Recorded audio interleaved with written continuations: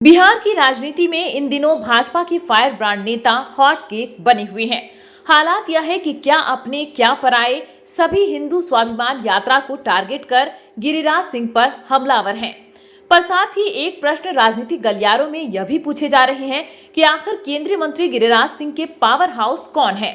आखिर पार्टी की रणनीति से अलग और गठबंधन धर्म की राजनीति के विरुद्ध खड़ा होकर भाजपा जैसी अनुशासित पार्टी के भीतर सिरमौर कैसे बने हुए हैं। यह कोई पहला मौका नहीं जब गिरिराज सिंह के तेवर ऐसे दिखे हैं। केंद्रीय मंत्री और भाजपा के फायर ब्रांड नेता गिरिराज सिंह 18 अक्टूबर से हिंदू स्वाभिमान यात्रा निकालने जा रहे हैं, वह भी संगठित हिंदू सुरक्षित हिंदू के नारों के साथ, और वह भी उस सीमांचल पर केंद्रित जहां मुस्लिमों की संख्या सबसे ज्यादा है।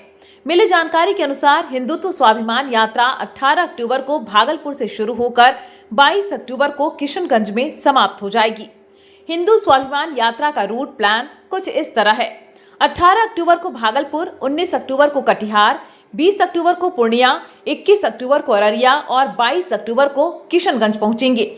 चौंकाने वाली बात यह है कि भाजपा ने केंद्रीय मंत्री और पार्टी के फायर ब्रांड नेता गिरिराज सिंह के हिंदू स्वाभिमान यात्रा से दूरी बना ली है, और यह और कोई नहीं भाजपा के प्रदेश अध्यक्ष डॉक्टर दिलीप जायसवाल हैं, जिन्होंने गिरिराज सिंह की हिंदू स्वाभिमान यात्रा से पार्टी को अलग करार दिया है। उन्होंने कहा कि यह भाजपा की यात्रा नहीं, हम नफरत या सियासत के नाम पर नहीं, मोहब्बत के नाम पर चुनाव लड़ेंगे। हालांकि डॉक्टर जायसवाल साथ ही यह भी कहने से नहीं हिचकते कि सेक्युलर इमेज को कोई खतरा नहीं है।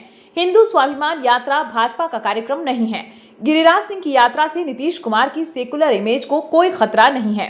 जेडीयू के वरीय नेता गुलाम रसूल बलियावी ने हिंदू स्वाभिमान यात्रा का विरोध करते हुए कहा कि गिरिराज सिंह की बातों को देश का बहुसंख्यक समुदाय भी नोटिस नहीं लेता। ये तो बुज़दिल आदमी का काम है जो अपने फायदे के लिए धर्म के नाम पर हिंदू और मुसलमान को लड़ाने की कोशिश करता है। न मुसलमान डरा है हिंदू से, न हिंदू डरा है मुसलमान से। कांग्रेस के राष्ट्रीय मीडिया पैनलिस्ट प्रेमचंद्र मिश्रा ने गिरिराज सिंह की यात्रा को पाखंड करार दिया है। उन्होंने पूछा कि क्या बिहार में हिंदू स्वाभिमान खतरे में है? बिहार में तो उन्हीं लोगों की सरकार है, फिर ऐसी यात्रा क्यों? गिरिराज सिंह को बांग्लादेश जाना चाहिए और वहां हिंदू स्वाभिमान यात्रा निकालनी चाहिए। जरूरत तो बांग्लादेश में रह रहे हिंदुओं के हितों की सुरक्षा की है, साथ ही उनके स्वाभिमान जगाने की भी जरूरत है, तो जाएं बांग्लादेश। दरअसल विधानसभा चुनाव आया है, भाजपा गिरिराज सिंह को आगे करके समाज में नफरत फैलाने की कोशिश में है। यह नाटक बंद हो, इसी में गिरिराज सिंह की भलाई है। राजद नेता और विधायक भाई वीरेंद्र ने भी गिरिराज सिंह की यात्रा को नफरत पैदा करने वाली यात्रा करार दिया है। ये हिंदू मुस्लिम में भेदभाव कर चुनाव को प्रभावित करना चाहते हैं। ये भाजपा की चाल है। मुख्यमंत्री नीतीश कुमार भी इस यात्रा का मकसद समझते हैं। नीतीश कुमार इसे बर्दाश्त नहीं करेंगे। मेरी गारंटी है कि वह तुरंत एक्शन लेंगे, नहीं लेंगे तो मैं राजनीति छोड़ दूंगा। 2010 में भी भाजपा नेता गिरिराज सिंह एक अलग तेवर लेकर आए थे। यह वह समस्या थी जब अटल बिहारी वाजपेयी के विकल्प में लालकृष्ण आडवाणी को पीएम के रूप में राज्य के मुख्यमंत्री नीतीश कुमार, उप मुख्यमंत्री सुशील कुमार मोदी में देख रहे थे। तब भी गिरिराज सिंह ने विरोध का झंडा बुलंद किया और भाजपा की हर सभा में नरेंद्र मोदी की जय के नारे लगाते थे। तब क्या नीतीश कुमार और सुशील मोदी की नाराजगी सिर चढ़कर बोल रही थी? इस खास समय में नरेंद्र मोदी के साथ नीतीश कुमार की तस्वीर के साथ पोस्टर क्या छपी, नीतीश कुमार बेहद तिलमिला गए थे। बीजेपी की राष्ट्रीय कार्यकारिणी की मीटिंग के दौरान उन्होंने बीजेपी नेताओं के लिए डिनर रखा था।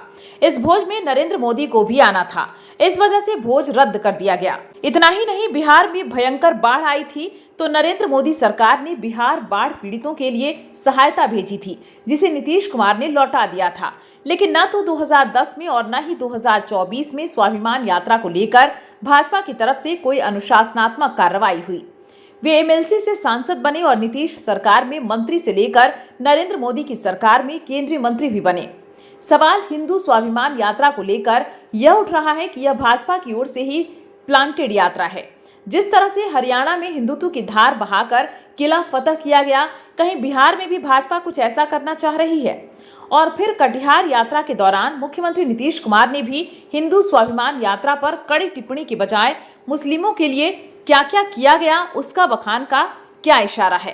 क्या हरियाणा में जिस तरह से आरएसएस ने हिंदुत्व की जमीन तैयार कर बंटोगे तो कटोगी की राह पर मुश्किल जीत हासिल की,